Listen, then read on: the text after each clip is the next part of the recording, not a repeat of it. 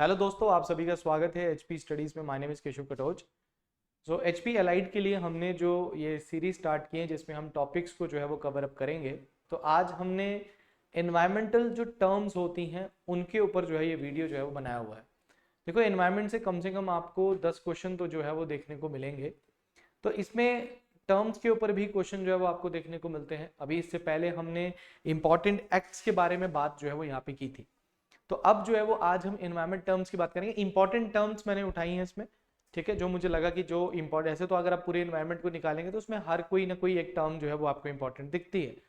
But आज जो मैंने इसमें उठाई है वो मेरे हिसाब से इंपॉर्टेंट है, एग्जामिनेशंस में आई हुई हैं, तो उनको हम डिस्कस जो है वो यहाँ पे करेंगे। तो वीडियो को आपने पूरे अंत तक देखना है और जो भी नॉलेज आप इसमें से गेन कर रहे हैं, नोट्स बनाना चाहते हैं आप बना सकते हैं। इसका पीडीएफ जो है ये आपको जो है हमारी टेलीग्राम चैनल पे जो है मिल जाएगा। तो डिस्क्रिप्शन में टेलीग्राम का लिंक है, टेलीग्राम चैनल हमारा जरूर ज्वाइन करें, क्योंकि हमारे सभी लेक्चर्स की जो वीडियोस के जो पीडीएफ हैं वो वहीं पे मिलते हैं। इन्फॉर्मेशन वहाँ मिलती है, कोई न्यू इन्फॉर्मेशन आती है, न्यूज़ आती है, हमारा कोई नया बैच लॉन्च होता है, उसकी सारी इन्फॉर्मेशन वहाँ पे आती है। तो प्लीज़ उसको ज़रूर फॉलो अप जो है आप कीजिएगा। तो शुरू करते हैं। तो सबसे पहले अगर हम बात करते हैं, जो पहली टर्म हमारे लिए आती है जब हम एनवायरमेंट को पढ़ते हैं, तो दैट इज इकोलॉजी से रिलेटेड जो है वो हमारे को पूछा जाता है। ना व्हाट इज ए इकोलॉजी। देखो, हम सभी को पता है कि जब हम इकोसिस्टम को पढ़ते हैं तो उसमें हम बोलते हैं कि उसमें फ्लोरा एंड फौना और जितने भी बायोटिक और एबायोटिक कंपोनेंट्स होते हैं उनके बीच के इंटरेक्शन को जो है वो इकोसिस्टम जो है वो बोलते हैं। एक ऐसा सिस्टम जिसके बीच में, इनके बीच में बायोटिक और एबायोटिक कंपोनेंट्स का जो इंटरेक्शन हो रहा होता है उसको इकोसिस्टम बोलते हैं। जब हम उसकी स्टडी कर रहे होते हैं तो उसको इकोलॉजी बोलते हैं। इकोसिस्टम को जब हम स्टडी करते हैं, साइंटिफिक तौर पे स्टडी करते हैं, तो उसको इकोलॉजी जो है वो बोलते हैं। तो ecology can be defined as a scientific study of interaction of organism with the physical environment with each other. Physical environment क्या हो जाएगा, दैट इज द एबायोटिक, ठीक है ना।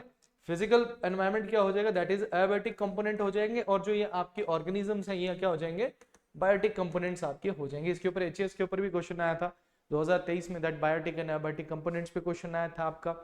उसके बाद सबसे इंपॉर्टेंट जो क्वेश्चन बहुत बार आया हुआ है कि इकोलॉजी टर्म जो है वो आपकी किसने दी है। सो इकोलॉजी टर्म जो है वो आपके अर्नस्ट हैकल ने 1869 में ये टर्म जो है वो दी थी। अब एक होता है ऑटिकोलॉजी और एक होता है सिनिकोलॉजी। ऑटिकोलॉजी क्या होता है, the study of relationship of individual species with the environment. मतलब अगर कोई पेड़ है उसका इंट्रैक्शन अपने एनवायरनमेंट के साथ, किसी एक स्पीशीज की बात करो, चाहे वो आप प्लांट्स की स्पीशीज ले लो, चाहे वो आप एनिमल्स की स्पीशीज ले लो, एक सिंगल स्पीशीज की उसके एनवायरनमेंट के साथ क्या रिलेशन है, इंट्रैक्शन है, उसकी अगर स्टडी करते हैं तो वो ऑटिकोलॉजी होती है। And the study of plant community, अब हम कम्युनिटी की बात कर रहे हैं, अब हम जो स्पीशीज कर रहे हैं तो हम प्लांट स्पीशीज की बात कर रहे हैं, या फिश एक स्पीशीज है उसकी बात कर रहे हैं, या फिर कोई एनिमल है उसकी स्पीशीज की बात कर रहे हैं। उस स्पीशीज का अपने हैबिटेट, जो अपने रिलेशन है, उनका क्या रिलेशन है इकोसिस्टम में, उसको देखते हैं। तो एटोकोलॉजी में एक सिंगल स्पीशीज की बात करते हैं, वो कोई भी हो सकता है, और फिर हम सिनिकोलॉजी में पूरी की पूरी एक कम्युनिटी की बात जो है वो करते हैं, इंटरेक्शन की बात, उसमें स्टडी जो है वो करते हैं, दैट इज योर इकोलॉजी। उसके बाद चलता है ecosystem. Now what is the ecosystem, मैंने बताया it is a life form जहां पे आपके non living components, living components आपस में क्या करते हैं, इंटरेक्ट करते हैं। मतलब बायोटिक एंड अबायोटिक कंपोनेंट्स जो है वो क्या करते हैं, इंटरेक्ट करते हैं, उसको हम इकोसिस्टम बोलते हैं। तो if ecosystem is a functional unit of nature where living organisms interact among themselves and also with the surrounding physical environment। Biotic components आपस में भी इंटरेक्ट करते हैं। जैसे मान के चलो एक पॉन्ड है, अगर एक तालाब है तो वो तालाब एक इकोसिस्टम है, उसके अंदर रहने वाले या कुछ ऐसे भी हैं जो कि बाहर लैंड पे भी रहते हैं और पानी में भी रहते हैं, ये सभी उसके इकोसिस्टम का पार्ट है। तो these are the biotic components. तो ये अपने उस बायोटिक कंपोनेंट्स जो है ये आपस में भी इंटरेक्ट कर रहे हैं और ये अपने फिजिकल एनवायरनमेंट के साथ भी जो है वो इंटरेक्ट कर रहे हैं, उसी को बोलते हैं इकोसिस्टम। तो ये इकोसिस्टम वर्ड किसने दिया था, तो आर्थर ट्रांसली ने 1935 में दिया था। तो वहां से हैकल जी का नाम ध्यान में रखो और यहां से आप ट्रांसले जी का नाम ध्यान में रखो। 1935 में इन्होंने इकोसिस्टम वर्ड जो है दिया था। तो इकोलॉजी और इकोसिस्टम पे आपको क्वेश्चन जो है वो पूछ लेता है वो, ठीक है ना। उसके बाद दूसरा आता है that is the biotic components के ऊपर आपको क्वेश्चन पूछ लिया जाता है। तो बायोटिक कंपोनेंट्स की बात करते हैं तो हम सभी को पता है बायोटिक कंपोनेंट्स में हम प्रोड्यूसर्स पढ़ते हैं, कंज्यूमर्स पढ़ते हैं और डीकंपोजर्स को जो है वो यहाँ पे हम पढ़ते हैं। तो प्रोड्यूसर्स कौन होंगे, जो अपना खाना खुद बनाते हैं। जैसे मतलब मेनली हम क्या बोलते हैं, that is the plants. The plants made their food, है ना, वो अपना खाना खुद फोटोसिंथेसिस से, मतलब इनको सनलाइट की जरूरत जो है वो पड़ती है, जो अपना खाना खुद बनाते हैं उनको हम बोलते हैं दैट इज द प्रोड्यूसर, या फिर आप इनको ऑटोट्रॉफ्स भी जो है वो बोल सकते हो। ठीक है, इनको आप ऑटोट्रॉफ्स भी बोल सकते हैं जो कि अपना खाना खुद बना रहे हैं। उसके बाद हम जब कंज्यूमर्स की बात करते हैं, कंज्यूमर्स जो हैं जो कि प्रोड्यूसर्स को खाते हैं। कंज्यूमर्स कौन से कंज्यूम कर रहे हैं, तो मतलब वो प्रोड्यूसर को खा रहे हैं। बट कंज्यूमर भी कई प्रकार के होते हैं, एक होते हैं प्राइमरी, फिर सेकेंडरी, फिर टर्शरी एंड फिर द ओमनीवोरस भी आपके बीच में आते हैं। अब देखो यहाँ पे क्या आएगा, प्राइमरी कंज्यूमर्स जो है वो डायरेक्टली क्या बोल सकते हो आप, उनको प्लांट्स खाते हैं। मतलब जो डायरेक्टली, मतलब अगर आप प्लांट है तो प्लांट के बाद जो फूड चेन में आता है जो कि प्लांट्स को ही खाता है, वो आपका क्या है, प्राइमरी कंज्यूमर है, जिसको आप क्या बोलते हो, हर्बीवोरस बोलते हो। हर्बीवोरस कौन है, जो कि सिर्फ और सिर्फ प्लांट्स को खाते हैं। फिर आपके जो होते हैं that is the secondary consumer, जो कि प्लांट्स को खाते हैं। तो प्राइमरी कंज्यूमर्स के ऊपर जो डिपेंड है वो सेकेंडरी कंज्यूमर्स हैं, और जो दैट इज जो सेकेंडरी कंज्यूमर पे डिपेंड है वो आपके टर्शरी कंज्यूमर्स हैं। बट हमने क्या पढ़ा था, दैट इज द हम कार्निवोरस भी पढ़ते हैं और हम ओमनीवोरस भी जो है वो पढ़ते हैं। ठीक है ना, कार्निवोरस क्या है, जो कि सिर्फ और सिर्फ मीट खाते हैं, फ्लैश खाते हैं, जो कि आपके दैट इज द आप बोल सकते हैं नॉन वेज, मतलब आप प्लांट्स को नहीं खाते, वो सिर्फ चिकन खाते हैं या फिर आपका मीट खाते हैं। और ओमनीवोरस क्या होंगे, जो कि प्लांट्स को भी खाते हैं और एनिमल्स को भी जो है वो खाते हैं, तो उनको हम बोलते हैं ओमनीवोरस। ठीक है ना, और लास्ट में आते हैं डीकंपोजर्स। ये वो हैं जो कि आपके क्या करते हैं, जो डेड प्लांट्स और एनिमल्स हैं उनको तोड़ते हैं, उन ऑर्गेनिजम्स को डिकम्पोज करके फिर उनकी एक डेट्रेस फूड चेन भी जो है वो आपकी चलती है। तो ये आपके तीन प्रकार का आपने प्रोड्यूसर्स, कंज्यूमर्स एंड डिकम्पोजर्स आपने करने, और ये बायोटिक कंपोनेंट्स हैं, ये अबायोटिक कंपोनेंट्स नहीं है, ये बायोटिक है। अबायोटिक में जैसे कि सनलाइट आ गया, जैसे कि सॉइल आ गया, जैसे कि रॉक आ गया, एयर आ गया, विंड आ गया, ये सभी के सभी क्या है, अबायोटिक कंपोनेंट्स आपके इसमें आएंगे। ठीक है, चलिए अब आगे पढ़ते हैं, व्हाट इज इकोटोन। यहां से क्वेश्चन भी आपको कई बार पूछा गया है कि व्हाट इज इकोटोन। इकोटोन कुछ नहीं है, it is a transitional zone between the to ecosystem. जैसे मान के चलिए लैंड है और एक आपका साथ में तालाब है, ठीक है, या फिर कोई लेक है, तो किसी लेक और लैंड के बीच में जो एक ट्रांजिशन जोन होता है उसको हम बोलते हैं दैट इज द इकोटोन। अब ट्रांजिशन जोन जो है वो जरूरी नहीं है कि लेक और लैंड के बीच में भी होगा, it can be between the to ecosystem. तो दो इकोसिस्टम के बीच का जो आपका एक ट्रांजिशन जोन होता है उसको हम इकोटोन जो है वो बोलते हैं। ठीक है, यहाँ पे क्या लिखा हुआ है, ecotone is a zone of junction और transition area between the two diverse ecosystem. Diverse का मतलब होता है दोनों डिफरेंट है, दोनों सेम नहीं है। अब पानी और तालाब के बीच का आप नहीं करेंगे, आप करेंगे जैसे लैंड अलग एक इकोसिस्टम है, वो टेरेस्ट्रियल इकोसिस्टम है, ये पॉन्ड एक मैरीन इकोसिस्टम है, तो दोनों अलग है। तो ecotone is the zone where two communities meet and integrate with each other. ठीक है ना, फॉर एग्जांपल जैसे कि आप मैंग्रोव फॉरेस्ट को देखते हैं, सबसे ज्यादा मैंग्रोव फॉरेस्ट कहाँ मिलते हैं, सुंदरबन में मिलते हैं। तो मैंग्रोव फॉरेस्ट कहाँ पे मिलेंगे आपको, it is between the marine and the terrestrial ecosystem के बीच में आपको देखने को मिलेंगे। उसी तरीके से जो ग्रासलैंड्स होते हैं, ग्रासलैंड्स कहाँ मिलेंगे, it is between the forest and the desert. Desert और फॉरेस्ट, तो ग्रासलैंड जो है एग्जांपल आपको देखने को मिल जाता है। उसी तरीके से एस्चुरी को अगर आप देखते हैं तो it is between the fresh water and salt water के बीच में देखने को मिलेगा।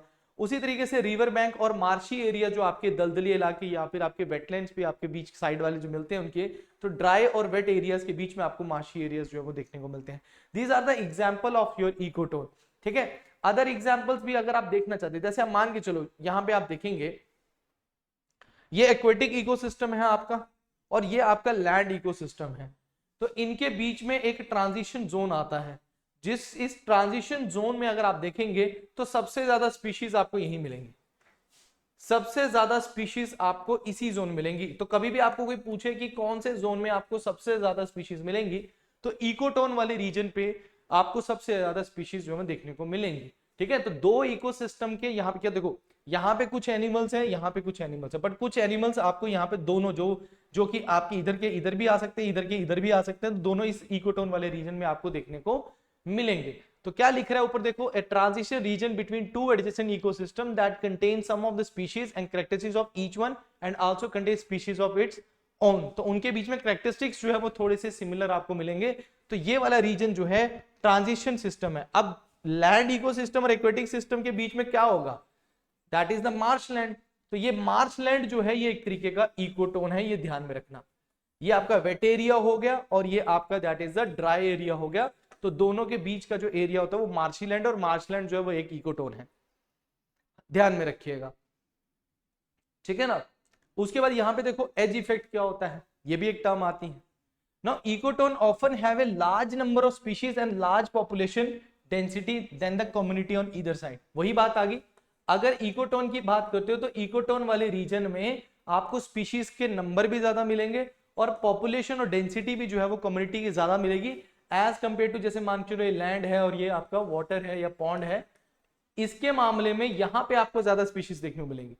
तो ये जो इंक्रीज बायोडाइवर्सिटी आपको इकोटोन वाले रीजन में जो है वो देखने को मिलती है, इसी को एज इफेक्ट बोलते हैं। This tendency of increasing of the population of the species in the ecotone region, उसी को एज इफेक्ट भी जो है वो बोलते हैं। और इन्हीं स्पीशीज को आपके एज स्पीशीज भी जो है वो बोला जाता है, ठीक है ना। जो आपके इकोटोन रीजन में स्पीशीज मिलेंगे उनको एज स्पीशीज भी जो है वो बोला जाता है, ठीक है ना। तो यहां पे बोले जाते हैं कि टेरेस्ट्रियल इकोसिस्टम में edge effect is specially applicable to the birds वाले रीजन मिलेंगे। तो density of birds is greater in the ecotone between the forest and the desert area. Between the forest desert area में आपको ecotone reason में हमेशा आपने ध्यान में रखना है कि दैट इज द बर्ड्स आपको ज्यादा देखने को, उनकी डेंसिटी ज्यादा देखने को मिलेगी ग्रासलैंड वाले रीजन्स में, ठीक है। नाउ लिसन दिस, अब यहां पे देखो, यहां पे 3 स्पीशीज आपको ये देखने को मिल रही हैं और 3 स्पीशीज आपको यहां देखने को मिल रही हैं, पर इन तीनों स्पीशीज को अगर आप कंबाइन करते हो तो 9 स्पीशीज आपको यहां पे देखने को मिलती हैं। कुछ स्पीशीज यहाँ की यहाँ भी आएंगी, कुछ स्पीशीज यहाँ की यहाँ भी आएंगी, और कुछ ऐसी स्पीशीज जो यहीं रहेंगी। तो वो मिक्सअप जब होता है तो यहाँ पे आपको इस ट्रांजिशन जोन में आपको सबसे ज्यादा जो है वो क्या देखने को मिलेगा, दैट इज योर, ठीक है, that is your ecotone region. देख रहे हो ना, ये स्पीशीज आपकी, ये स्पीशीज यहां से है, वो स्पीशीज यहां से, और ये स्पीशीज ऑटोमेटिकली इसी रीजन में जो है रहती है। तो मिक्सअप जब होता है तब यहाँ पे आपको ज्यादा जो है डेंसिटी देखने को मिलती है। उसके बाद होता है, देखो ये मैं आपको पहले बता देता हूं, आगे भी बताऊंगा। देखो suppose this is a region, now this region is a biome. ये रीजन क्या है, एक बायोम है। बायोम एक बहुत बड़ा लार्ज यूनिट होता है लैंड का, ठीक है। बायोम जनरली हम लैंड्स पे ही देखते हैं, तो बायोम एक बहुत बड़ा रीजन है, ठीक है। एक बायोम के अंदर कई सारे आपको इकोसिस्टम देखने को मिलते हैं। बायोम के अंदर कई सारे इकोसिस्टम आपको देखने को मिलेंगे। कई सारे इकोसिस्टम्स के अंदर आपको हैबिटेट्स देखने को मिलेंगे, और हैबिटेट के अंदर आपको नीश देखने को मिलेंगे डिफरेंट डिफरेंट। ये आपने ध्यान में रखना है। अब हैबिटेट क्या होता है, इकोलॉजिकल नीश ऑफ स्पीशीज में very through its distribution in relation to its habitat which the name given to the place where an organism. Habitat के नाम से ही हमें पता लगता है कि जहां पे कोई रहता है। आपसे पूछा आपका हैबिटेट क्या, अगर हम एक एज ए स्पीशीज की बात करें तो आपका हैबिटेट क्या, जी मैं तो मेरा घर वहां पे है, यहाँ पे है। तो हैबिटेट जो है वो इट इज ए प्लेस जहां पे ऑर्गेनिज्म रहता है। वो कुछ भी हो सकता है, एक बर्ड नेस्ट में रहता है तो वो उसका हैबिटेट है, या पेड़ उसका एक हैबिटेट है। अगर गिलहरी की बात करोगे, गिलहरी और चिड़िया की बात करोगे तो दोनों का हैबिटेट तो सेम है, हैबिटेट तो सेम है दोनों का, बट दोनों का नीश अलग होगा। अब आप बोलोगे सर नीश क्या है, नीश होता है दैट इज आपका इकोसिस्टम में काम क्या है, योर वर्किंग क्या है, आपका रहना कैसे, आप कैसे सर्वाइव कर रहे हो, ये हर किसी का अलग होता है। याद रखना, मैं एक चीज अभी भी बता रहा हूं कि दैट हैबिटेट जो होता है वो सेम हो सकता है डिफरेंट स्पीशीज का, बट नीश जो होता है वो सेम कभी नहीं होगा। हर स्पीशीज का नीश अलग होता है, ठीक है। हर दैट इज द आपका दैट इज जो बोलते हैं हैबिटेट सबका सेम हो सकता है, पर नीश आपका सेम नहीं हो सकता है। अब इकोलॉजिकल नीश क्या है, the role that an organism take place in ecosystem. एक इकोसिस्टम में जो रोल प्ले कर रहा है एक आपका ऑर्गेनिज्म, किस तरीके से जी रहा है, किस तरीके से अपना फूड कलेक्ट कर रहा है, किस तरीके से अपने लिविंग स्टाइल में है। मैं फॉर एग्जांपल आपको बात करता हूं कि आप एक सिटी में रहते हो, सिटी में लोग डिफरेंट डिफरेंट घरों में रहते हैं, है ना। तो घर तो मतलब अगर मैं हैबिटेट की बात करूं तो एक सीमेंटेड घर के अंदर आप रह रहे हैं, ये एक हैबिटेट हो गया आपका।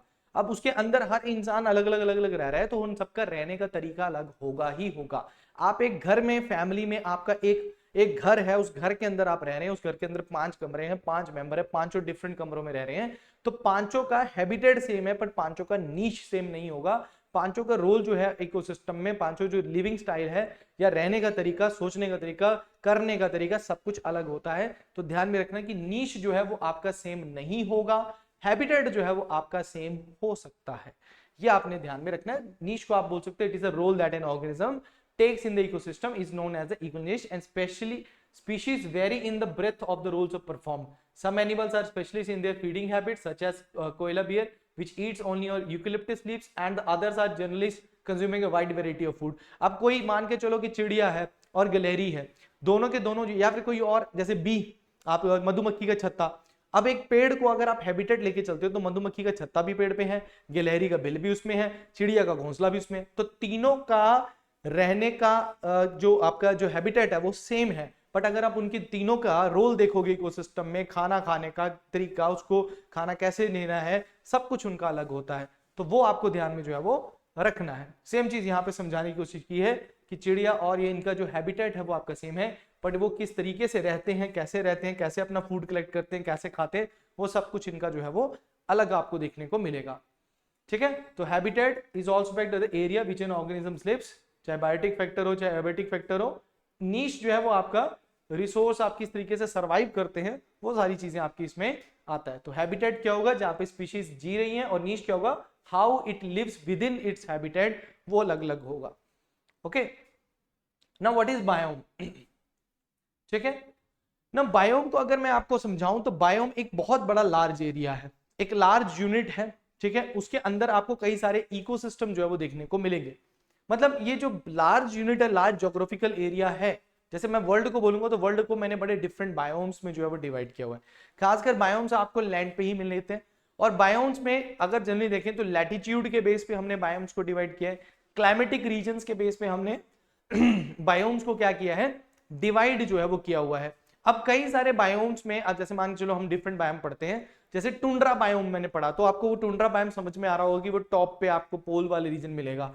तो टुंड्रा बायोम आपके इक्वेटोरियल बायोम के साथ मैच नहीं खाता है। वो दोनों का क्लाइमेट, टेम्परेचर, रेनफॉल, ह्यूमिडिटी सब कुछ अलग है, प्रॉपर्टीज अलग है, क्लाइमेटिक प्रॉपर्टीज अलग है, तो वो एक अलग प्रकार का बायोम है। वहां पे अलग प्रकार के इकोसिस्टम मिलेंगे, बायोडाइवर्सिटी मिलेगी। उसी तरीके से इक्वेटर पे अलग प्रकार की आपको क्या है, बायोडाइवर्सिटी, तो वो एक अलग प्रकार का बायोम जो है वो देखने को मिल जाता है। तो बायोम क्या है, it is a large regional unit characterized by the major vegetation type, associate fauna found in a specific climatic zone. Different प्रकार की वेजिटेशन, डिफरेंट प्रकार का फ्लोरा एंड फौना आपको देखने को मिलेगा एक पर्टिकुलर क्लाइमेटिक जोन में। तो biome includes all associated developing and modified communities occurring with in the same climatic reason. जैसे फॉरेस्ट बायोम अलग होगा, ग्रासलैंड बायोम अलग होगा, सवाना बायोम अलग है, डेजर्ट बायोम अलग है। डेजर्ट में कैसा रीजन है, क्लाइमेट अलग है, रेनफॉल अलग है, वेजिटेशन अलग है, तो वहां पे अलग प्रकार का एक बायोम आपको देखने को मिलता है। ठीक है ना। अब अगर आप इस डायग्राम को देखते हैं तो इस डायग्राम में अगर आप देखेंगे तो यहां पे क्या होगा, पहले तो बायोम वर्ड किसने दिया वो याद रखना, that is the Frederick Edward Clement. Clement Attlee से याद रखना, फ्रेडरिक एडवर्ड क्लीमेंट जो है, क्लीमेंट एटली आपने सुना होगा, 1947 में जब भारत आजाद हुआ था तो उस टाइम पे वो प्राइम मिनिस्टर थे इंग्लैंड के। तो फ्रेडरिक एडवर्ड क्लीमेंट ने ही बायोम वर्ड जो है वो आपका दिया था, ये आपने ध्यान में रखना। अब अगर आप ये ग्रे वाला रीजन देख रहे हो तो this is the tundra region, this is the tundra region. Now एक चीज का आपने ध्यान में रखना है कि इन द बायोम, देखो एक इकोसिस्टम है, मान के चलो एक पॉन्ड है, इस पॉन्ड में जितने भी स्पीशीज रहते हैं या जितने भी आपके बायोटिक कंपोनेंट्स रहते हैं उनका इंटरेक्शन मैक्सिमम हो सकता है। क्यों हो सकता है, क्योंकि वो इंटरेक्ट एक पर्टिकुलर रीजन है, छोटा रीजन है, स्मॉल एरिया है, तो इसमें इंटरेक्शन ज्यादा मिलेगा। बायोम एक लार्ज एरिया है, तो यहाँ पे जो आपके स्पीशीज हैं या फिर यहाँ पे जितने भी बायोटिक कंपोनेंट्स हैं इनका इंटरेक्शन सबसे लो रहेगा। तो बायोम में इंटरेक्शन बहुत कम होता है स्पीशीज का आपस में। यहाँ पे आपको देखो एक बायोम के अंदर, मैंने फिर से बता रहा हूँ, एक बायोम के अंदर आपको डिफरेंट इकोसिस्टम, उसके अंदर डिफरेंट हैबिटेट, उसके अंदर डिफरेंट नीश आपको देखने को मिलते हैं। तो बायोम के अंदर डिफरेंट डिफरेंट इकोसिस्टम है, यहाँ कोई और इकोसिस्टम है, यहाँ अलग है, अलग है, अलग अलग प्रकार के इकोसिस्टम आपको। इकोसिस्टम कुछ भी हो सकता है, टेरिस्ट्रियल, मैरीन, एक आप आर्टिफिशियल इकोसिस्टम भी होता है, आपने घर पे एक्वेरियम लेकर आए तो वो भी एक इकोसिस्टम है, समझ रहे हैं ना। तो वो आपका बायोम जो है वो क्लाइमेटिक रीजन की वजह से डिफरेंट है। कैसे, अब जैसे मान के चलो आप पोल से इक्वेटर की तरफ आए, पोल से इक्वेटर की तरफ आए तो टेम्परेचर इंक्रीज किया कि डिक्रीज, टेम्परेचर इंक्रीज किया। इक्वेटर पे आएंगे तो यहाँ पे गर्मी ज्यादा पड़ती है, टेम्परेचर ज्यादा है, यहाँ पे बायोडाइवर्सिटी भी ज्यादा मिलेगी। आपने देखा होगा यहाँ पे जो यहाँ पे गर्मी पड़ती है, हुमस ज्यादा होती है, बरसातों में आप खुद देख लो कीड़े मकोड़े वगैरह सब कुछ ज्यादा होते हैं, क्यों होते हैं? क्योंकि गर्मी में आपके ऑर्गेनिज्म ज्यादा आपको देखने को मिलेंगे। तो जैसे जैसे आप ऊपर जाओगे तो दो चीजें हो रही हैं, एक तो टेम्परेचर डिक्रीज कर रहा है, वेजिटेशन भी डिक्रीज कर रही है, बायोडाइवर्सिटी भी डिक्रीज कर रही है, फ्लोरा एंड फौना भी डिक्रीज कर रहा है आपका, कर रहा है कि नहीं कर रहा? तो टेम्परेचर क्लाइमेटिक के बेस पे आपके बायोम्स भी इक्वेटर टू पोल्स जो है वो चेंज होते रहते हैं, ठीक है ना। तो वही हम डिस्कस जो है यहाँ पे करेंगे कि कौन कौन से बायोम्स जो है वो हमें एक बार डिस्कस करने हैं। इस डायग्राम को थोड़ा सा समझेंगे हम, इंपॉर्टेंट डायग्राम है। देखो इस डायग्राम में समझाया गया है कि किस तरीके से हम इक्वेटर टू पोल जाते हैं तो किस तरीके से हमारी वेजिटेशन और प्रकार के हमारे बायोम्स जो है वो चेंज होते हैं। सबसे पहले आपने देखना है कि ये वाला रीजन जो है, यहां से हम ऊपर जा रहे हैं, मतलब हम इक्वेटर से पोल्स की तरफ जा रहे हैं, तो मतलब ध्यान में रखना कि गर्मी ऊपर जा रहे हैं तो डिक्रीज कर रही है। यहां से अगर हम इस तरफ ये देखो, यहाँ पे ये बहुत ज्यादा वेट रीजन है और ये बहुत ज्यादा ड्राई रीजन है। तो सबसे अगर पहले बात करते हैं तो यहाँ पे आपको मिलते हैं ट्रॉपिकल रेन फॉरेस्ट, ठीक है। इसमें हम बोलते हैं कि आपके उष्णकटिबंधीय सदा हरे भरे वन जो है वो आपको देखने को मिलेंगे। जो ट्रॉपिकल रेन फॉरेस्ट जो है आपके यहाँ पे बारिश बहुत ज्यादा मिलेगी, वेट रीजन है और गर्मी भी बहुत ज्यादा है, इक्वेटर के पास है। ट्रॉपिकल रीजन जो है आपके 23 to 23 के बीच में मिलेंगे। तो यहाँ पे आपको पेड़ हाइट ज्यादा मिलेगी, कैनोपी ज्यादा मिलेगी, सनलाइट कम नीचे पड़ती है, कन्वेक्शन रेनफॉल, कमुलोनिम्बस क्लाउड्स आपको यहाँ पे मिलेंगे। डेली 2 से 4 के बीच में यहाँ पे रेनफॉल आपको देखने को मिलती है, ठीक है। तो यहाँ पे आपको बायोडाइवर्सिटी बहुत ज्यादा मिलेगी। थोड़ा सा बारिश को कम करते हैं तो ट्रॉपिकल डिसिडियस फॉरेस्ट आपको यहाँ पे देखने को मिलेंगे। डिसिडियस फॉरेस्ट कौन से होते हैं? जिनमें साल में एक बार तो आपको क्या देखने को मिलेगा, दैट इज पतझड़ जो है वो देखने को मिलता ही मिलता है। उसके बाद थोड़ा सा अगर हम आगे जाते हैं तो हमें फिर बारिश थोड़ी सी कम कर देते हैं तो सवाना। ये देखो दो प्रकार के ग्रासलैंड्स पढ़ के चले जाना, पेपर में मुझे लग रहा है यहां से क्वेश्चन आ भी सकता है। एक ट्रॉपिकल ग्रासलैंड्स होते हैं और एक टेम्परेट ग्रासलैंड्स होते हैं। ट्रॉपिकल ग्रासलैंड जैसे कि आपके लैनोस, ठीक है, उसके बाद कैम्फोस, उसके बाद सवाना, ये अलग अलग प्रकार के आपके ट्रॉपिकल ग्रासलैंड्स है। और टेम्परेट में जैसे कि आपका प्रेरीज, ठीक है, पंपास, वेल्ड, डाउन, पुस्ताज, है ना, ये आपके डिफरेंट क्या है, that is the temperate grasslands है। तो यहाँ पे सवाना ग्रासलैंड्स आपको मिलेंगे। उसके बाद थोड़ा सा आगे जाओगे ट्रॉपिकल ग्रासलैंड्स, ये दोनों के दोनों आपको मिलेंगे। और लास्ट में आपको वार्म डेजर्ट्स भी देखने को मिलेंगे। जैसे कि आपने देखा होगा कि हमारे ट्रॉपिकल रीजन्स में ही आपको सबसे ज्यादा डेजर्ट्स देखने को मिलते हैं, हॉट डेजर्ट्स देखने को मिलते हैं, वो भी western side of the continents मिलते हैं, क्योंकि वहां पे आपकी जो आपकी ट्रेड विंड्स हैं वो जो कैरी करके लेकर आती हैं पानी, इसके साथ मॉइस्चर, वो वहां तक नहीं पहुंच पाता। ईस्टर्न टाइम में ज्यादा बारिश हो जाती है। There are lot of things, okay. उसके बाद जब हम थोड़ा सा ऊपर जाते हैं तो क्या हो गया, बारिश भी कम होगी और टेम्परेचर भी थोड़ा सा कम होने लगा। तो टेम्परेट डिसिडियस फॉरेस्ट आपको देखने को मिलते हैं यहाँ पे, प्रेरीज आपको ग्रासलैंड्स देखने को मिलते हैं, और कोल्ड डेजर्ट देखने को मिलते हैं, जैसे कि आपका गोबी डेजर्ट हो गया जो कि दुनिया का सबसे बड़ा आपका कोल्ड डेजर्ट है। लाहौल स्पीति वाला डेजर्ट कोल्ड डेजर्ट मिल जाएगा, लद्दाख भी कोल्ड डेजर्ट मिल जाएगा। तो कोल्ड डेजर्ट्स आपको मिलेंगे। फिर आप थोड़ा सा ऊपर जाते हो तो यहाँ पे आपको मिलते हैं बोरियल फॉरेस्ट। देखो बोरियल फॉरेस्ट को टैगा फॉरेस्ट भी बोलते हैं और इसको कानिफरस फॉरेस्ट भी बोलते हैं। क्या बोलते हैं? कॉनिफरस फॉरेस्ट भी आपको देखने को मिलते हैं। अगर आपसे कोई पूछता है कि इंडिया में सबसे ज्यादा कौन से फॉरेस्ट होते हैं, तो ट्रॉपिकल मॉइस्ट डिसिडियस फॉरेस्ट होते हैं। और अगर पूरे वर्ल्ड में बोलेंगे तो बोरियल फॉरेस्ट सबसे ज्यादा देखने को मिलेंगे। उसके बाद अगर आप आते हैं तो उसके बाद आता है आपका that is the tundra region आपको देखने को मिलेगा।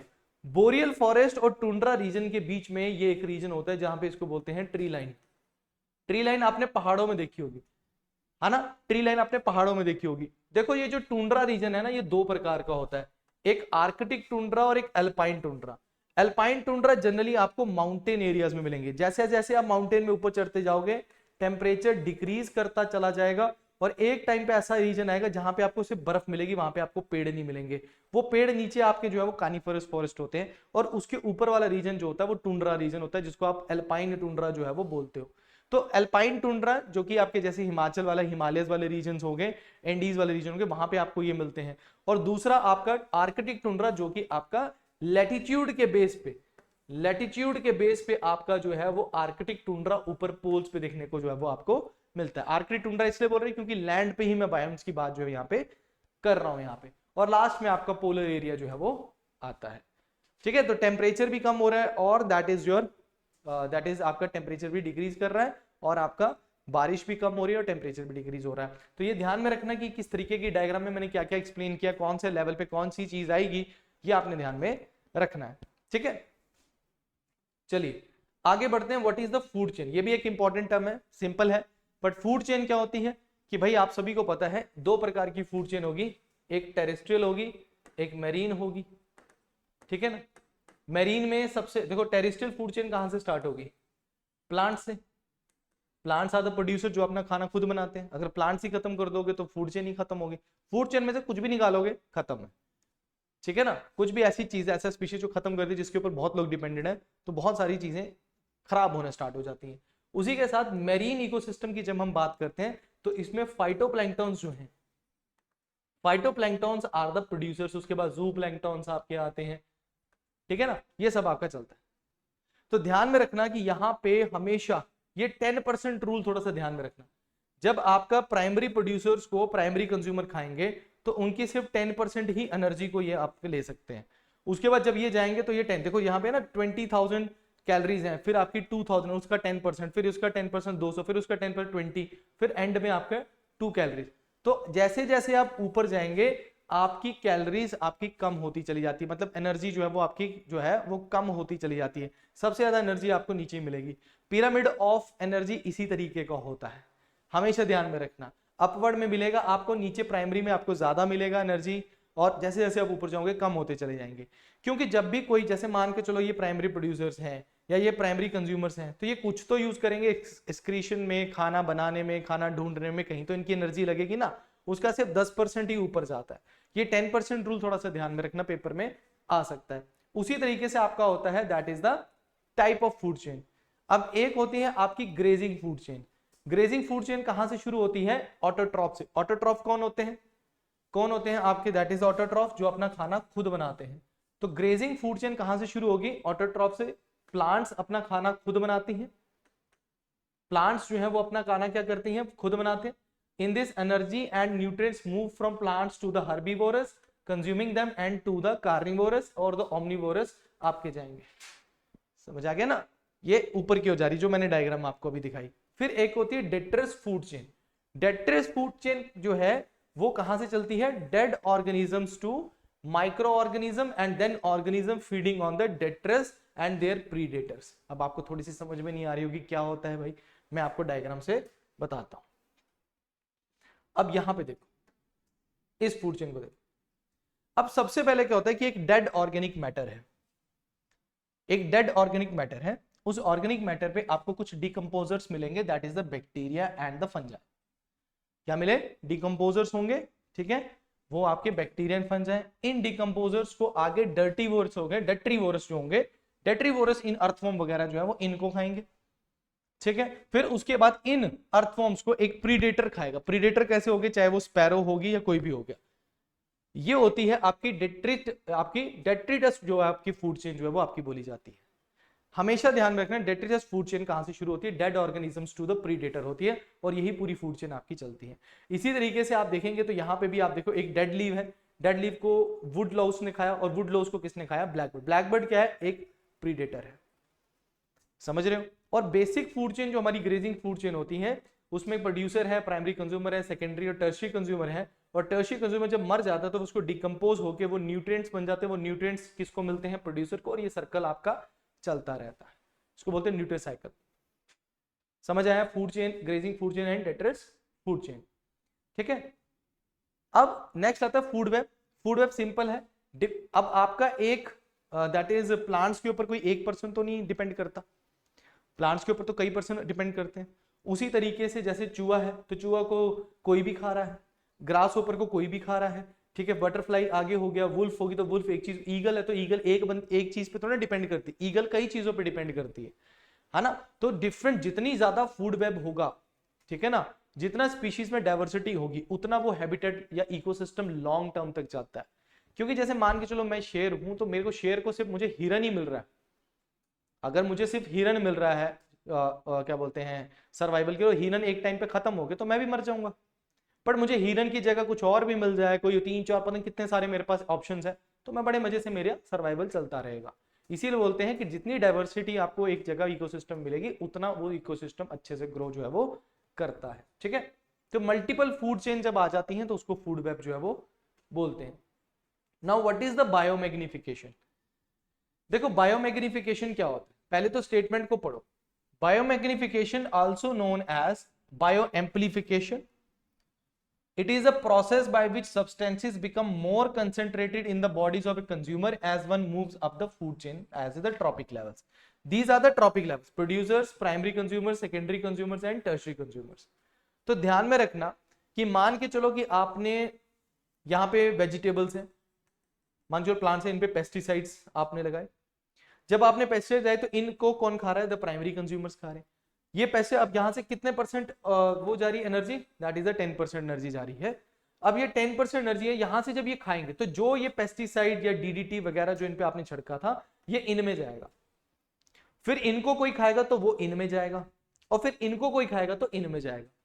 बायोमैग्निफिकेशन कहता है कि डिफरेंट ट्रॉपिक लेवल्स में जो आपका जो अनवांटेड सब्सटेंसेस आपने जो डाले हुए हैं वो कंसंट्रेट करते रहते हैं एक लेवल से दूसरे लेवल के बीच में, और या फिर फूड चेन के तौर पे वो चलते जाएंगे। जैसे प्लांट्स में अगर आपने कुछ किया तो वो लास्ट में जो पर्सन है, जैसे कि आपका ये जो टर्शरी कंज्यूमर्स है, ये सबसे डेंजरस होता है, इनके लिए सबसे ज्यादा डेंजरस होता है।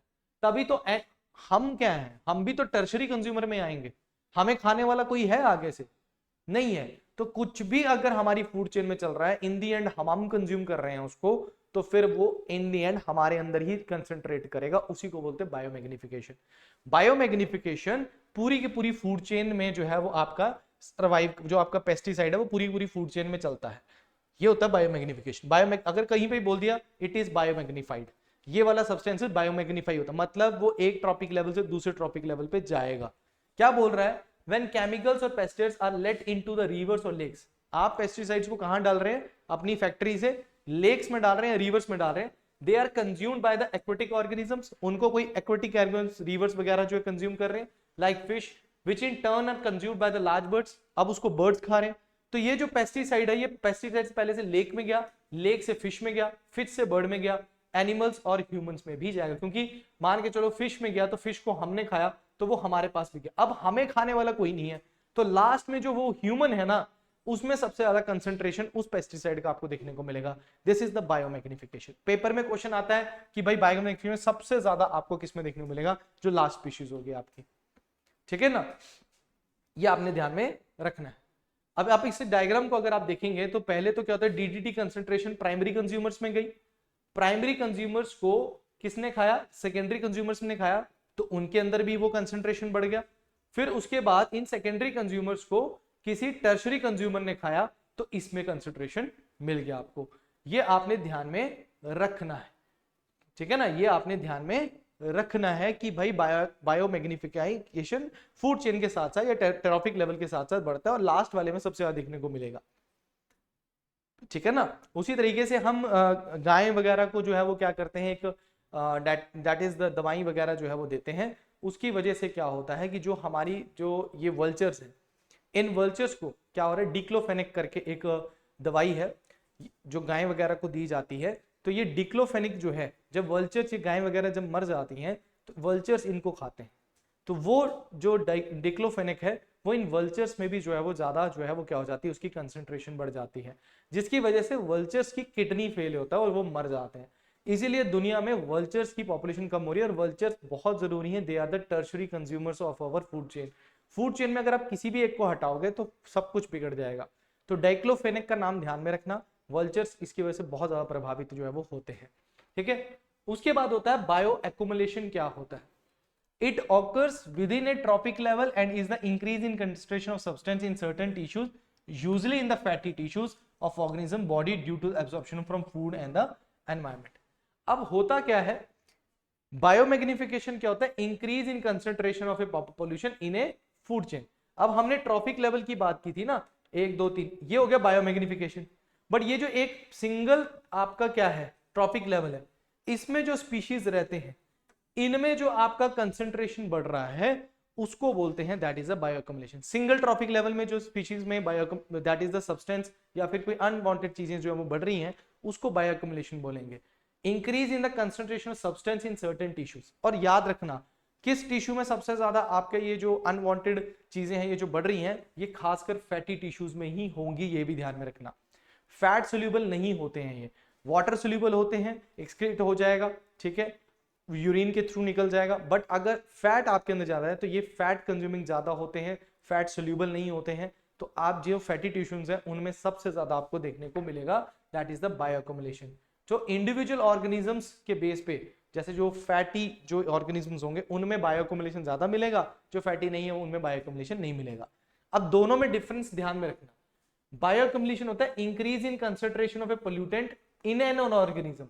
जैसे मान के चलो ये फिश है, तो इस फिश में कोई भी पोल्यूटेंट है उसका कंसंट्रेशन किस तरीके से बढ़ रहा है। अगर ये इसमें फैटी टिश्यूज ज्यादा होंगे तो कंसंट्रेशन ज्यादा होगा, अगर कम है तो कम होगा।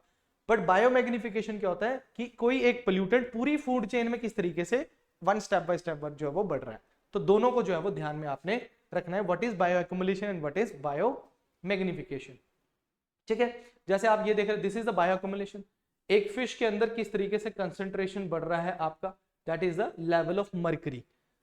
मर्करी के लिए आपने मीनामाटा डिजीज के बारे में सुना होगा। जापान में मीनामाटा एक हुआ था, मर्करी ज्यादा डल गया था पानी में, जिसकी वजह से लोगों को न्यूरोलॉजिकल डिसऑर्डर्स होने लग पड़े थे, बिल्लियां नाच रही थी, जिसको डांसिंग कैट बीमारी भी बोला जाता है। तो वो बायोअक्यूमुलेशन ही था, वो था तो बायो मैग्निफिकेशन, बट अगर हम पानी में किसी एक स्पीशीज की बात करें तो वो एक तरीके का बायोअक्यूमुलेशन है। उसी तरीके से अगर आप देखेंगे तो फाइटोप्लैंक्टन से, फाइटोप्लैंक्टन से जूप्लैंक्टन से, जूप्लैंक्टन से फिशेस, फिशेस से लार्ज फिश। तो लार्ज फिश में आपको बायोमैग्नीफाई चीज जो है वो सबसे ज्यादा देखने को मिलेगी यहाँ पे। ठीक है, now what is ecological succession. देखो इकोलॉजिकल सक्सेशन क्या होता है कि it is a process by which A structure of biological community involves over A time. अब इसके लिए सबसे पहले मैं आपको चीज बताता हूँ, इस डायग्राम को समझाता हूँ। देखो कोई भी चीज है ना वो अपने एक लेवल पे पहुंच जाती है। कैसे पहुंच जाती है मैं आपको इस डायग्राम के थ्रू जो है वो आपको बताता हूँ। सबसे पहले अगर आप बस इस डायग्राम को समझो कि जब अर्थ हमारी बनी थी तो तब उस टाइम पे इतने आपको लाइफ यहाँ पे नहीं थी, फिर धीरे धीरे माइक्रो ऑर्गेनिजम्स आए।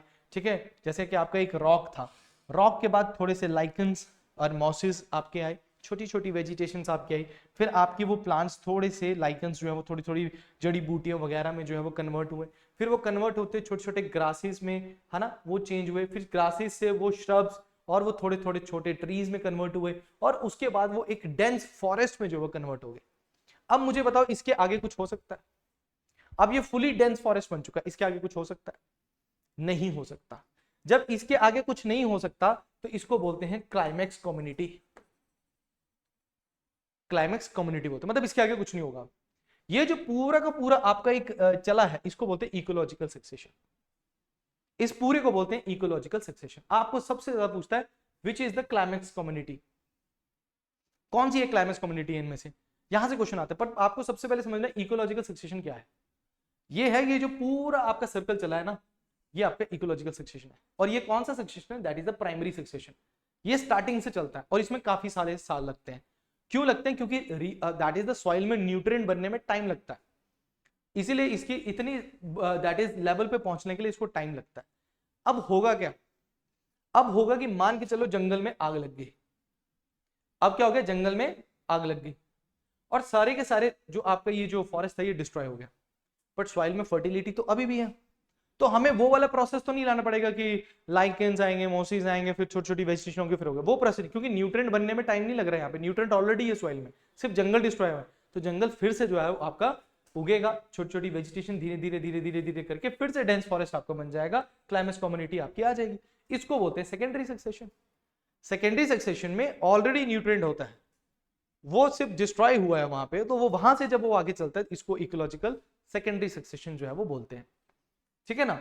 अब यहां पे आपका पूछा जा रहा है कि that a species structure of ecosystem will not be constant, there will be changes in a type of plants and animals living there as a conditions are. अब देखो ना, किसी जगह पे आप जंगल है, छोटा जंगल है तो वहां पे स्पीशीज लिमिटेड होंगे, जंगल बड़ा हो जाएगा तो स्पीशीज और आ जाएंगे, और बड़ा हो जाएगा तो और स्पीशीज आएंगे। तो उसका कहने का मतलब है कि जो प्लांट्स और एनिमल्स हैं उनकी वेराइटीज टाइम टू टाइम जो है वो चेंज होती रहती है। तो ये जो स्टेजेस आती है ना जिसमें स्पीशीज चेंज होते रहते हैं, प्लांट्स चेंज होते रहते हैं, उनको हम सीरी बोलते हैं।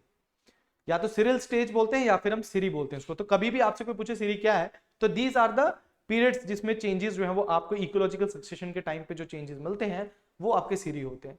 New species will migrate into the areas as a conditioning change to those which they can tolerate. अब देखो समय के अनुसार टेम्परेचर भी इंक्रीज हो रहा है, समय के अनुसार आपकी कई सारे चेंजेस आ रहे हैं, तो फिर जो स्पीशीज टॉलरेट कर रही है वो जी रही है, जो नहीं कर पा रही वहां के क्लाइमेटिक कंडीशंस या वहां के माहौल को, तो फिर वो खत्म होती है, चली जाती है, उसकी जगह पे दूसरी स्पीशीज आ जाती है, ये चलता रहता है।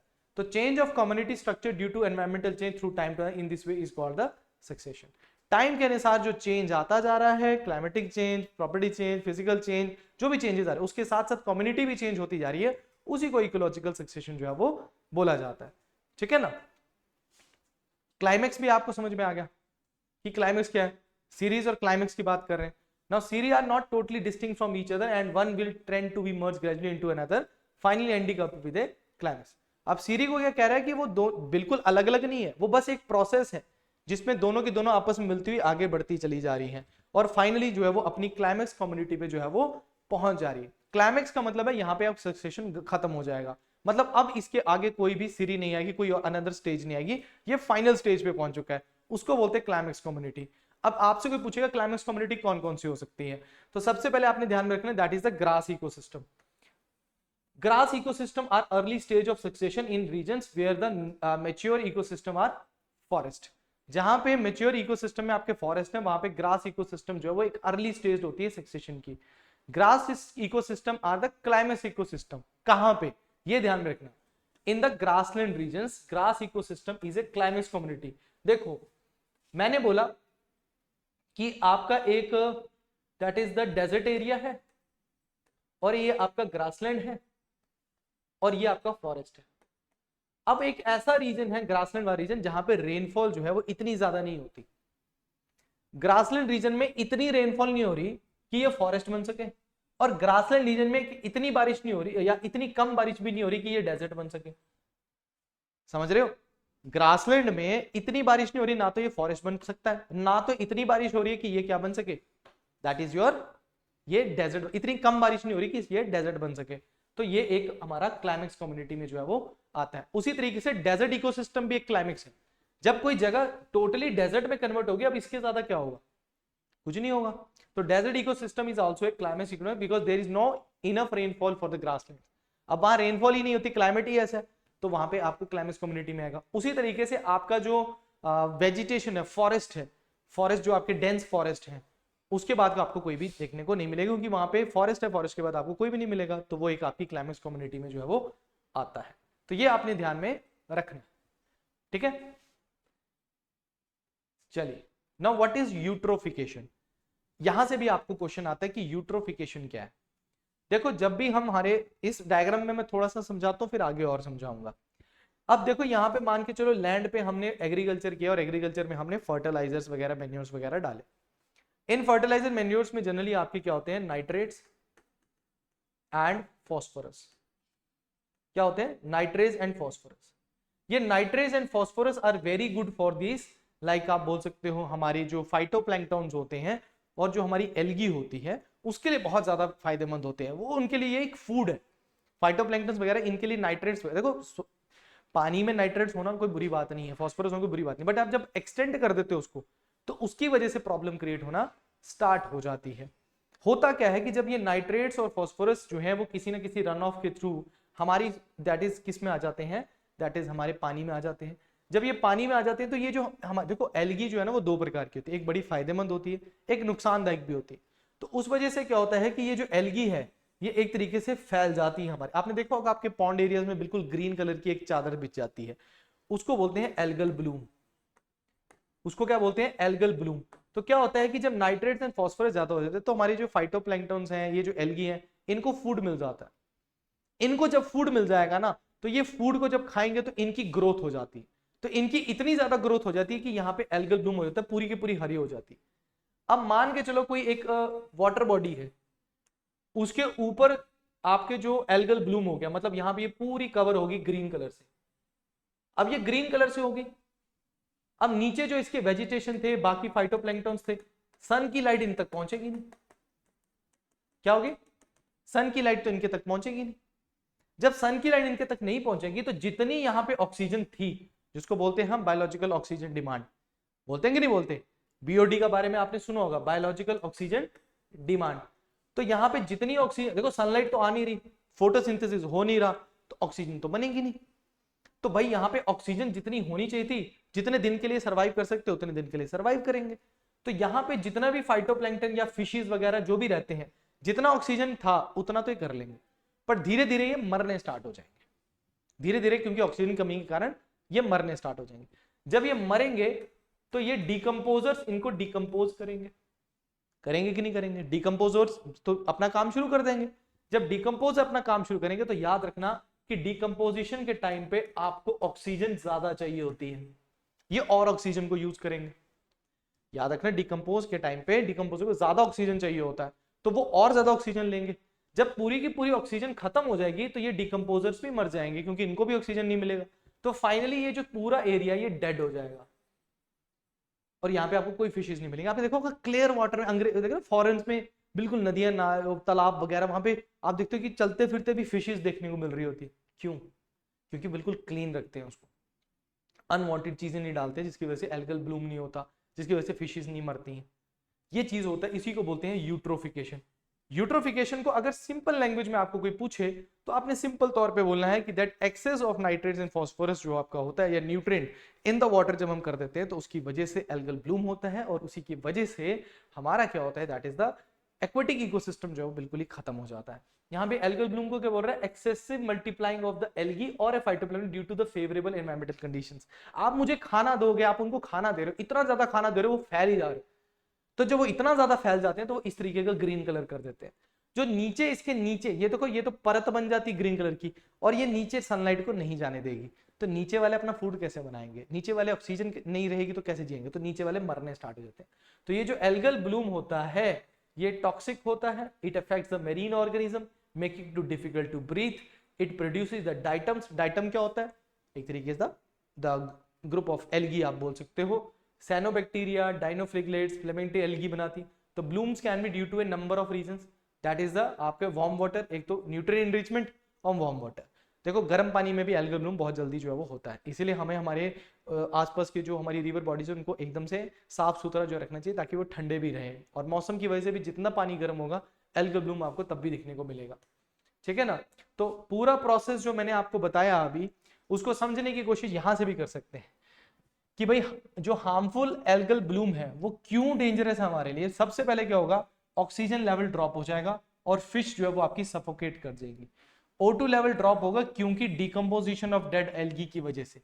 मैंने क्या बोला कि जो आपका एल्गी या फिर आपका कोई भी एनिमल्स जो आपके स्पीशीज जो मर रहे हैं उनको क्या करेंगे? डिकम्पोज करने की कोशिश करेंगे, डिकम्पोजर्स डिकम्पोज करने की कोशिश करेंगे, और डिकम्पोजिशन में O2 लेवल या O2 हमें ज्यादा चाहिए होता है, तो जो आपका BOD है, बायोलॉजिकल ऑक्सीजन डिमांड है, वो और ज्यादा जो है वो बढ़ जाएगी। उसके बाद the potent neutron oxygen that are produce can enter food web thus reaching the animals, fish and even the humans को भी वो पहुंच जाएंगी, क्योंकि वो फिश वगैरह अगर ह्यूमंस भी खाते हैं तो उनके लिए भी डेंजरस है। सम टॉक्सिन्स बिकम्स द एयरबोर्न, उसके पास अगर आप रहेंगे तो कुछ टॉक्सिन्स जो है वो आपके एयर के थ्रू भी आपके पास आ सकते हैं। People tend to breathe aerosolized HAB toxins near the beach, जैसे बीच हो गया, कोई पॉन्ड हो गया, उसके पास अगर है तो वहां पे अगर आप रोजाना जाते हो तो वो टॉक्सिन्स आपके अंदर भी जो है वो आ जाते हैं, और changes in climate can change severity and impact the HAB events आपके आ जाएंगे। तो सिंपल सी बात है, यूट्रोफिकेशन में आपने नाइट्रेट्स एंड फॉस्फेट डाला पानी में नाइट्रेट्स बनने के कारण फाइटोप्लैंक्टन्स इंक्रीज कर गए, एल्गल ब्लूम हो गया जिसकी वजह से फिशेस अंदर नीचे सनलाइट नहीं पहुंच रही है, उस वजह से आपका क्या हो रहा है कि दैट आपकी नीचे की फिशेस सफोकेट करती हैं, डेड हो जाती हैं। देन द डिकम्पोजर्स उनको डिकम्पोज करते हैं तो वो और ज्यादा ऑक्सीजन लेते हैं, और धीरे धीरे नीचे पानी की पूरी ऑक्सीजन खत्म हो जाती है और सभी स्पीशीज जो है वो आपके मर जाते हैं, और वो पूरा का पूरा एरिया जो है वो डेड हो जाता है। तो उसी को बोलते हैं that is the eutrophication. Eutrophication generally वही है, excess of nutrients and the phosphates आपके जो है वो एंटर कर रहे हैं यहाँ पे। ठीक है, क्लियर हो गया? Now what is biological oxygen demand? Simple तौर पे बताऊंगा, बायोलॉजिकल ऑक्सीजन डिमांड हमें करना क्यों होता है? सिंपल है, अगर किसी पानी की बायोलॉजिकल ऑक्सीजन डिमांड ज्यादा है, समझ लेना जो पेपर से अकॉर्डिंग आता है, किसी भी पानी की बायोलॉजिकल ऑक्सीजन डिमांड अगर ज्यादा है तो समझ जाना वो पानी उतना ही पॉल्यूटेड है। जितना बढ़ेगी, क्योंकि डिकम्पोजर्स ज्यादा है, डेड एनिमल्स ज्यादा बढ़ रहे हैं, डिकम्पोजिशन ज्यादा, और इसका मतलब BOD आपका बढ़ रहा है। क्या कह रहा है? Biological oxygen demand is the amount of dissolved oxygen needed that is demanded by the aerobic biological organism to break down the organic material present in a given water sample at a certain temperature over a specific time period। जो आपके decomposers हैं इनको biotic components को सिर्फ biotic components की बात कर रहा हूं मैं। बायोटिक कंपोनेंट्स को डिकम्पोज करने के लिए जो ऑक्सीजन चाहिए होती है उसको बायोलॉजिकल ऑक्सीजन डिमांड कहते हैं। फिर से बता रहा हूं, जो आपके एरोबिक बायोलॉजिकल ऑर्गेनिजम्स होते हैं, मतलब जो आपके डिकम्पोजर्स होते हैं, इनको कोई भी ऑर्गेनिक मटेरियल होता है वेस्ट, याद रखना ऑर्गेनिक मटेरियल क्या होगा, that is the waste. Biotic देखो, एक बायोडिग्रेडेबल वेस्ट होता है, एक नॉन बायोडिग्रेडेबल वेस्ट होता है। यहाँ पे बायोलॉजिकल ऑक्सीजन डिमांड में सिर्फ बायोडिग्रेडेबल वेस्ट की ही बात की जाती है जो डिकम्पोज हो सकता है। तो इस ऑर्गेनिक मटेरियल को डिकम्पोज करने के लिए इन डिकम्पोजर्स को जो ऑक्सीजन चाहिए होती है उसी को बोलते हैं दैट इज द बीओडी। अगर इनको ज्यादा ऑक्सीजन चाहिए, इसका मतलब पोल्यूशन भी उतना ज्यादा है, ऑर्गेनिक मैटर भी उतना ज्यादा है। तो किसी भी पानी का अगर हम बीओडी चेक करते हैं, अगर बीओडी आता है कम तो मान के चलिए कि ये पानी कम पोल्यूटेड है। अगर बीओडी आता है ज्यादा तो मतलब वो पानी उतना ही ज्यादा जो है वो आपका पोल्यूटेड जो है वो आपका आएगा। ये आपने ध्यान में रखना है, ठीक है ना। उसके बाद एक होता है आपका chemical oxygen demand. Chemical oxygen demand देखो, वहां पे मैंने क्या बोला कि बायोलॉजिकल ऑक्सीजन डिमांड में हम सिर्फ बायोडिग्रेडेबल वेस्ट की ही बात कर रहे हैं या ऑर्गेनिक मैटर की बात कर रहे हैं, कि उसी के डिकम्पोजिशन की बात कर रहे हैं। बट जो केमिकल ऑक्सीजन डिमांड है, इसमें हम जो चेक कर रहे हैं पोल्यूटेंट या पोल्यूशन का लेवल जो चेक कर रहे हैं, इसमें हम बायोडिग्रेडेबल वेस्ट और जो आपका नॉन बायोडिग्रेडेबल ऑर्गेनिक मैटर है, इन दोनों का चेक करते हैं और उससे हमें पता लगता है कि पानी में पोल्यूशन कितना है। तो यहां में देखना, chemical oxygen demand is another measure to use to determine the amount of the organic matter present in water.